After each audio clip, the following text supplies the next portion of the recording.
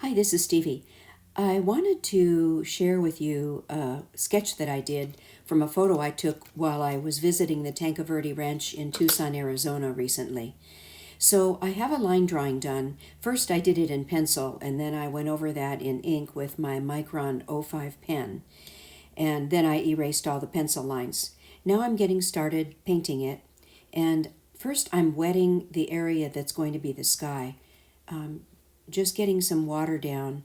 I like to do my skies this way because the color blends out better. And I'm using a mix of cerulean blue and cobalt blue, mostly cerulean, which is a much lighter color than cobalt.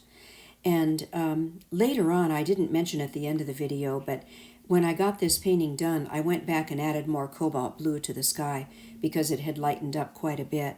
And notice how I'm getting some of that blue right into the horses themselves. And that's to avoid the cutout look that some paintings have when you don't blend the colors together. And that color, that blue color, probably won't even show up on the horses when I'm finished, but it just gives a nice look to the whole painting. So, and I'm sorry you can't see my whole palette. I tried the best I could to fit everything in, and this was all I could do. I'm going to start with painting the horse's eyes, and I'm using my quinacridone burnt orange, which I use instead of burnt sienna. But I like to get the eyes in first, at least just some color there, so that they don't look so ghostly. I don't know. I don't like to work on an animal where the eyes aren't painted yet. It just kind of looks creepy.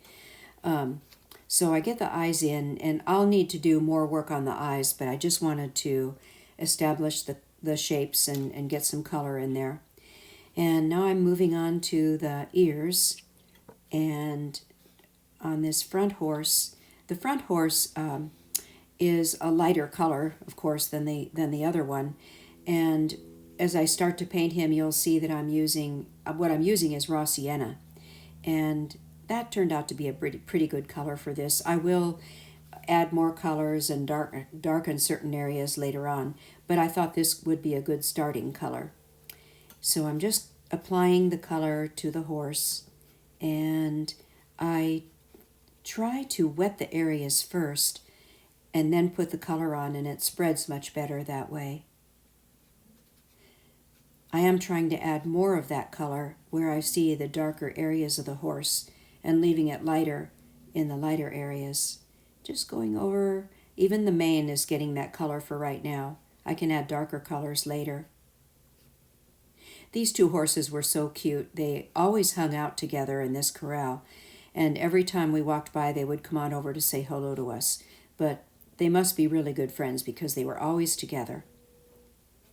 Now I'm starting to get a little gray color in on this horse too, to indicate the areas where I see the more gray color in his fur. So I have to let that dry before I can go back and do other things. I wanted to work on the nostrils, but I think it's probably too wet, so I'll move on to something else. I just move around the painting that way. Where I have to let things dry, I just leave them alone and move on to something else. And I'm using my quinacridone burnt orange for the horse on the left, since he's a brown color. And I'll have more work to do on the ears right now. I just wanted to get the fur color established on those ears, and then I'll go back and darken up the insides of them. I'm working around the white spots on this horse's face. Wanted to preserve that white. Line and wash makes that easy to do since the line separates the two. You can see there where I saw some darker areas on the horse's face, I added a little bit more color. Now working around his nose in the front, that the bottom of his nose has quite a bit of gray color in it that goes up to a blue. And again, working on those eyes. The left eye on each of the horses, or the eye on the left of each horse, was a little too, it was too wet when I tried to put it down the first time because of the sky color, so I had to let that dry up a bit. And I just added a little more color to those eyes, but there'll still be more work to be done on those.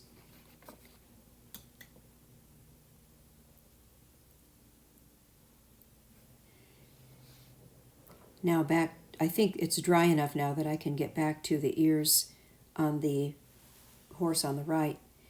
And I'm just following that photo to see where my darkest areas go on the inside of the ear. And some within the inside of the ear, some areas are darker than others, and I'll try to represent that as best I can. This seems like a lot of detail for a line and wash painting, but I just really wanted to get those details in there. When you look at some line and wash paintings, there's very little color on them, which is fine. And I could have probably gotten by with less color, but I really liked these horses and wanted to do a good job on them. Now over to that horse on the left, the ear that I'm working on right now, I got mixed up when I was looking at the reference photo, and I was looking at the other horse's ears. So I'm not doing it exactly right there. But later on I realized my mistake and went back and fixed it. And that's easy to do when you're using a photo as a reference. I know some artists tend to put their finger on the photo to indicate the area that they're painting, which is a great way to do it, but I was using the photo on my iPad, so it was hard to point to it. And I have to be careful here to make this horse's ears not too big. I don't want him to end up looking like a donkey.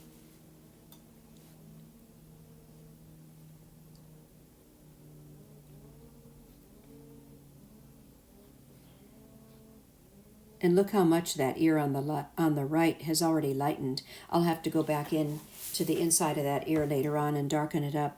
And that happens quite often, where I have to go back and add more color later on. There I was just trying to use some darker color to establish the roundness in that ear, both ears. Working it right into the horse's mane. There's where I noticed my problem with the ear, so I went back and tried to fix it. I think it came out okay, but it's just one of those things that happens when you're working from photos, or even from real life for that matter. Sometimes it just happens.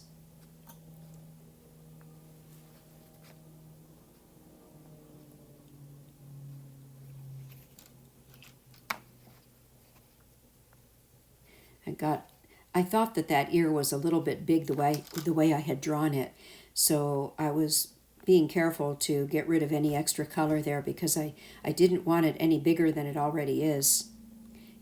It was just kind of an odd shape when I drew it, and as hard as I tried, that was the best I could do. Now getting his other ear.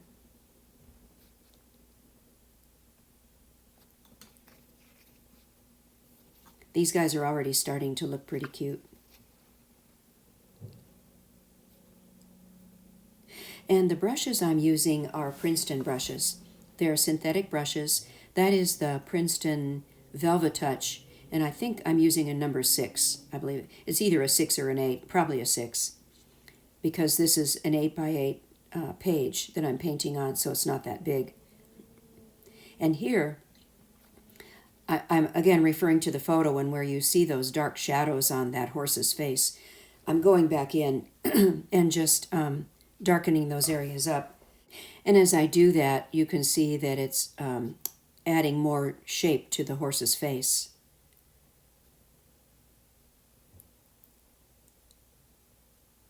Getting in that little bit of his neck that shows. It was really hard for me to see in that photo, other than the horse on the left, other than his face, what was there, because of the dark shadow behind him. But I believe a little bit of his neck was showing, so I indicated that. And now I'm working on, again, getting more shape in his face by getting in those darker areas.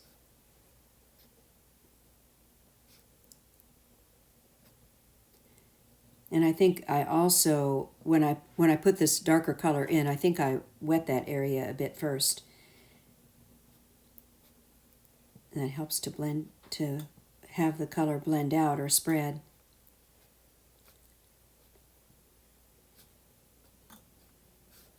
And if you compare that horse on the left to the one on the right, you can see that his face has a lot more shape and dimension to it than the one on the right, because I really haven't done much work to the face on the right yet.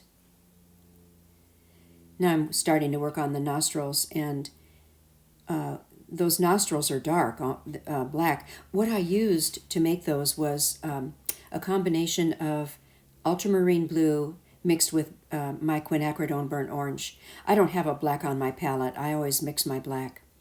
So I'm getting in the first black color on the horse's nostrils. That will lighten up a bit. And then the other thing I'm paying attention to is which part of those nostrils is, even though it's all black, which part is darker than other parts. So I'm trying to indicate that as well as I paint.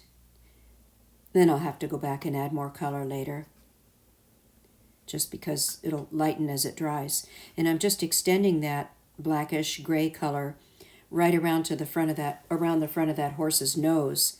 If you look in the photo, you can see it's almost like a V shape around his nose. So I just extended that color around, soften it out to blend it. And notice right under where I was just painting there, you can see a little bit of his lower jaw, just a little bit. And I did draw that in. I thought it would look kind of silly if I didn't, but I just wanted to point that out because it's really hard to see. It's not visible on the other horse, but it is on this one because it's at more of an angle. Now just getting that other nostril in. Now this whole shape will start to make more sense since I'm getting some darker color in there.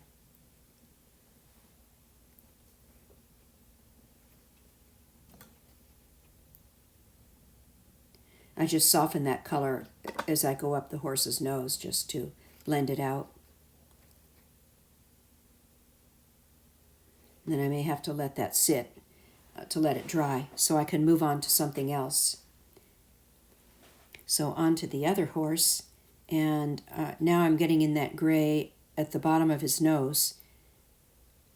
I believe it is gray, but it also is like a shadow, and it creates a nice curve to his nose. And then as I looked at it, it sort of goes into almost a bluish color above the gray. So I think I put a little blue in there as well. Like a cerulean blue, not cerulean, manganese blue.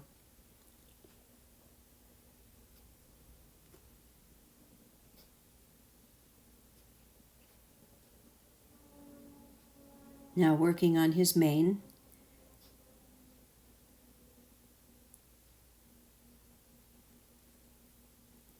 I think I put a little more mane in there than is actually in the photo, but I like the way it looked.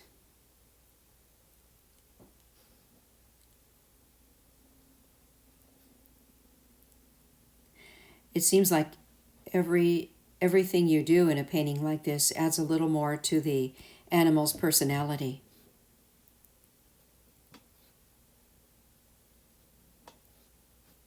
And I should mention also, when I drew this, I did not do any tracing of that photo. I just drew the horses. And if you're afraid to draw, just give it a try. And the more you do it, the better you'll get. And when you draw it yourself, rather than trying to trace something, a little bit of your personality is going to come out in that drawing. If you compare the drawing of these horses to the photo, they are different, of course. You can't be exact, but also your personality just tends to come out a little bit in those drawings. So I encourage you to practice drawing animals as well as people.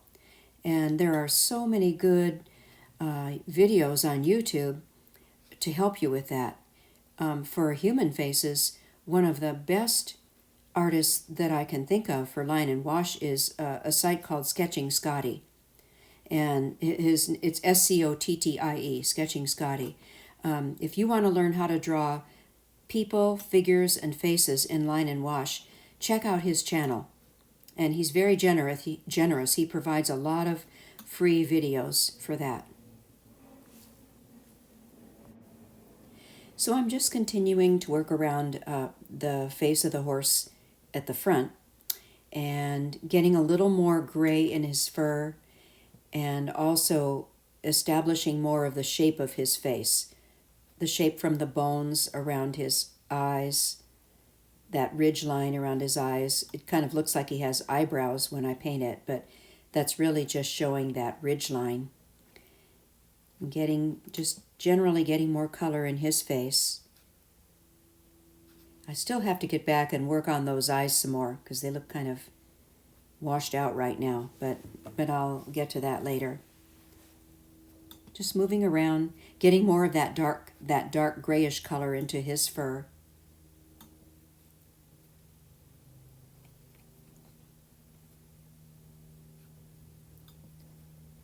Darkening up those nostrils on the other horse a little bit.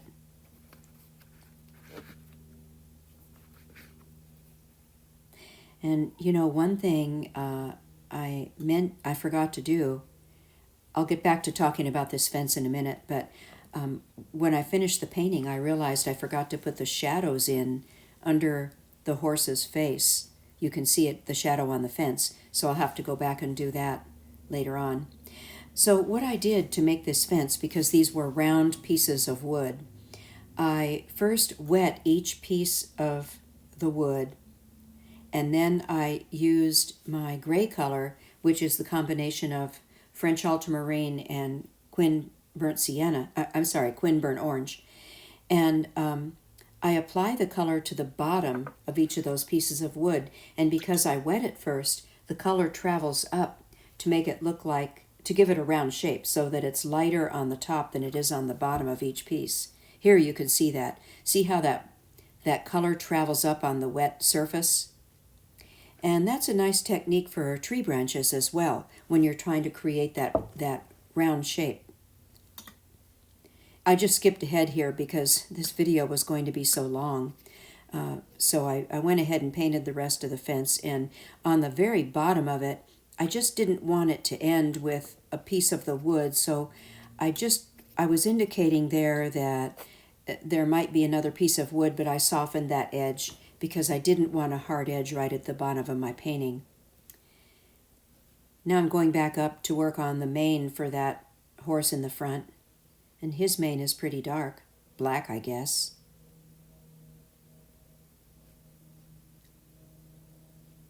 Just getting that in. And I'm using still my number 6 brush, but at some point I'm going to have to pick up a smaller brush if I want to indicate some of the finer hairs in his mane. Just make sure that the rest of your painting is dry before you start painting the mane, or it's all going to blend together.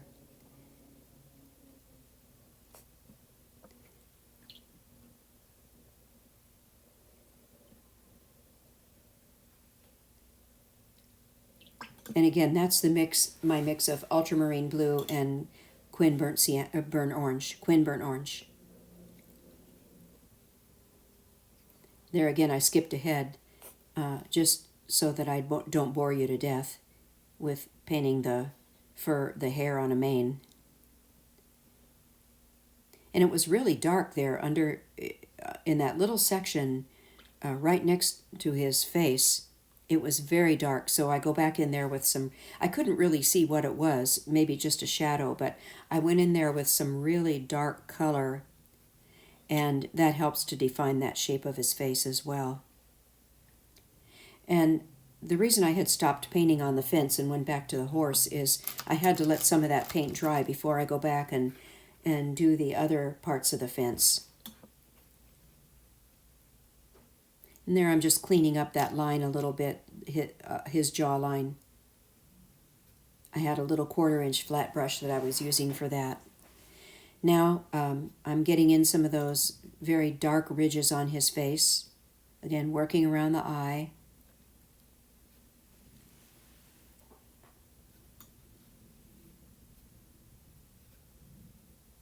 The eyes will be one of the last details that I'll finish up.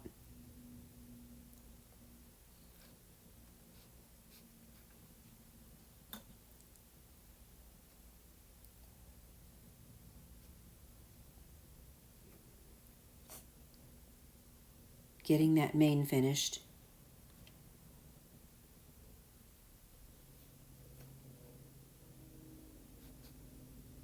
Now I'm getting back in there with some dark color, and you can see it spreading on that horse in the front. I'm not too worried about that, but I just really needed to darken up those eyes. I can fix that spreading color when I go back to it.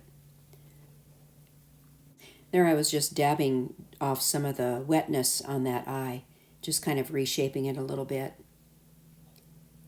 getting it going in the right direction. Now finishing off that fence.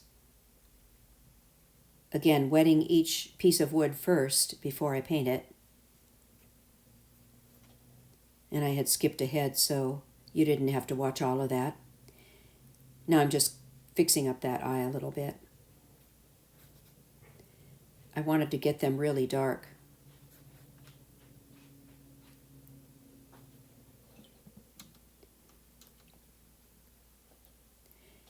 Going back, darkening up areas of the nostrils that need fixing. Now I'm at the point where I just want to go back and correct things or add little details.